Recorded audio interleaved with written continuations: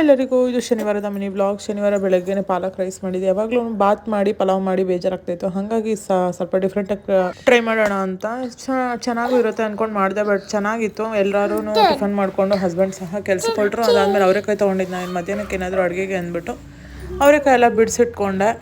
ನನ್ನ ಮಕ್ಕಳಂತೂ ನೋಡ್ಬೋದಿಲ್ಲ, ನಾನು ಏನು ಮಾಡ್ತೀನಿ ಅದಕ್ಕೆಲ್ಲ ಹೆಲ್ಪ್ ಮಾಡ್ತಾರೆ. ಇವಳು ನಾನು ಅಕ್ಕಿಲಿ ಹಾಕಿ ಕೇರೋ ಥರನೇ ಅವಳು ಕೇರ್ತಾಯಿದ್ಲು. ಅದಾಗಿದ ತಕ್ಷಣ ಏನು ಬಲ್ತಿರೋ ಕಾಳೆಲ್ಲ ಎತ್ಬಿಟ್ಟು ಅದನ್ನು ಇದ್ಕಿದ ಬೆಳಗ್ಗೆ ನೆನಾಕಿ ಅದಾದಮೇಲೆ ಎಳೆಕಾಳೆಲ್ಲ ಹಾಕ್ಬಿಟ್ಟು ಸಾಂಬಾರು ಮಾಡಿದ್ನ. ಸಾಂಬಾರು ಅನ್ನ ಎಲ್ಲ ಮಾಡಿ ಮಕ್ಕಳನ್ನೋಗಿ ಫ್ರೆಶ್ ಅಪ್ ಮಾಡಿಸ್ಕೊಂಡು ಕರ್ಕೊಂಬಂದು ಮಧ್ಯಾಹ್ನಕ್ಕೆ ಬಿಸಿ ಬಿಸಿ ಮುದ್ದೆ ರೈಸ್ ಸಾಂಬಾರು ರೆಡಿ ಆಗಿತ್ತು. ಅದಾದಮೇಲೆ ಎಲ್ಲರೂ ಕುತ್ಕೊಂಡು ಒಟ್ಟಿಗೆ ಊಟ ಮಾಡಿದ್ವಿ. ಹಬ್ಬಿಗೆ ಫೋನ್ ಮಾಡಿದ್ವಿ, ಅವ್ರು ಇನ್ನೂ ಲೇಟ್ ಆಗುತ್ತೆ, ನೀವು ಊಟ ಮಾಡ್ಕೊಳ್ಳಿ ಅಂತ ಹೇಳಿದ್ರು. ಮಕ್ಕಳಿಗೆಲ್ಲ ಊಟ ಮಾಡಿಸಿ ಒಂದೊಂದು ಡೇಟ್ಸ್ ಕೊಟ್ಟು ಅವ್ರಿಗೆ ಆಟ ಆಡೋಕ್ಕೆ ಬಿಟ್ಟಿದ್ದೆ. ಆಮೇಲೆ ಇನ್ನೇನು ಮಲಗಿಸೋದೆ ಅಂದ್ಬಿಟ್ಟು ಆಮೇಲೆ ನೋಡ್ತಾ ಶಾರು ಮಲ್ಕೊಬಿಟ್ಲು ತಲೆಗೆ ಸ್ನಾನ ಮಾಡಿಸಿದ್ರಿಂದ. ಆಮೇಲೆ ಪುನರ್ವಿ ಏನು ಮಾಡಿದ್ರು ಮಲಗೇ ಇಲ್ಲ.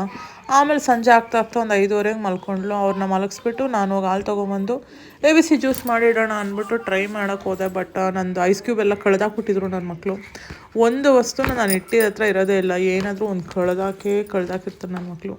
ಅದಾಗಿದ ತಕ್ಷಣ ಪುನರ್ವಿ ಎದ್ದೋಳ್ತಾ ಇದ್ದಂಗೆ ಹತ್ಕೊಂಡು ಎದ್ದೋಳೋದು ಯಾವಾಗೂ. ಹಾಗಾಗಿ ಅವಳಿಗೆ ಸ್ವಲ್ಪ ಸಮಾಧಾನ ಮಾಡಿ ಆಪಲೆಲ್ಲ ಕೊಯ್ಕೊಟ್ಟು ಅದಾದಮೇಲೆ ಒಂದೊಂದು ಸ್ವಲ್ಪ ಹಾಲು ಕುಡಿಸಿ ಮಧ್ಯಾಹ್ನದ ಊಟಕ್ಕೆ ಅದೇ ಸಾಂಬಾರಿತ್ತು, ಆ ಸಾಂಬಾರಿಗೇ ರೈಸ್ ಹಾಕಿ ಮೊಸರು ಹಾಕಿ ಕೊಟ್ಟಿದ್ದೆ. ಇವಾಗ ಸೆಲ್ಫ್ ಫೀಡ್ ಮಾಡ್ಕೊತಾಳೆ ಅವಳೆ. ಇದಾಗಿತ್ತು ನನ್ನ ಶನಿವಾರದ ಮಿನಿ ಬ್ಲಾಗ್. Thank you.